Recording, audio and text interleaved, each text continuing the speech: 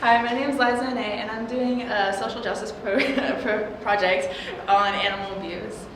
And for my presentation, I'm going to start off with my research, go to my commentary, and go to my action plan and what I plan on doing in the future.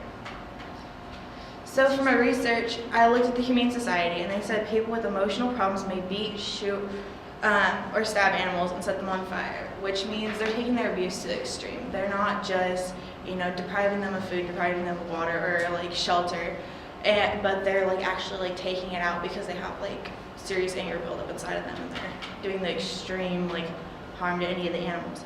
They also say that those who abuse animals are very likely to be violent to other people too, because if they're going to be violent to animals, what's going to stop them from doing it to other people?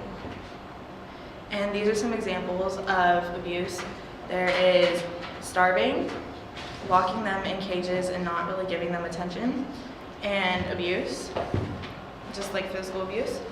And also the Animal Legal Defense Fund says that most states' criminal animal cruelty statutes define a minimum of standard care, which means they can do anything basically to the animals except for they have to follow certain guidelines, so they can get away with anything except for they have to feed them, they have to give them water, they have to give them shelter and veterinary care. But other than that, they can do basically anything and neglect them otherwise.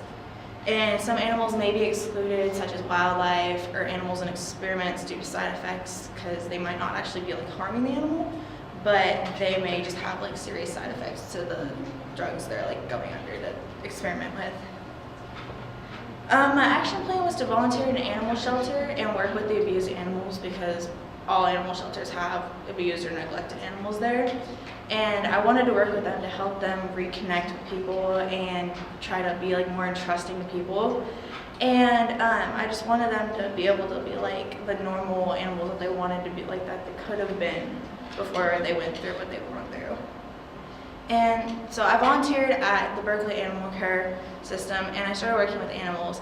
And it's been a great experience. I've gotten to work with some really delicate animals that have been neglected in ways that some people would not imagine.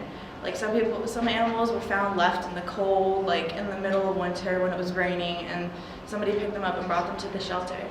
And then I got to work with them, and I'm trying to get them to come back to people and be more entrusting.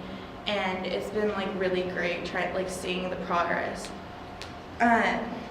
What I plan to do is to keep working with more abused animals, and I'm trying to raise awareness to get other people to help do the same thing I'm doing, so more animals can be helped and become house pets again, or animals that other people want to adopt and take into their families.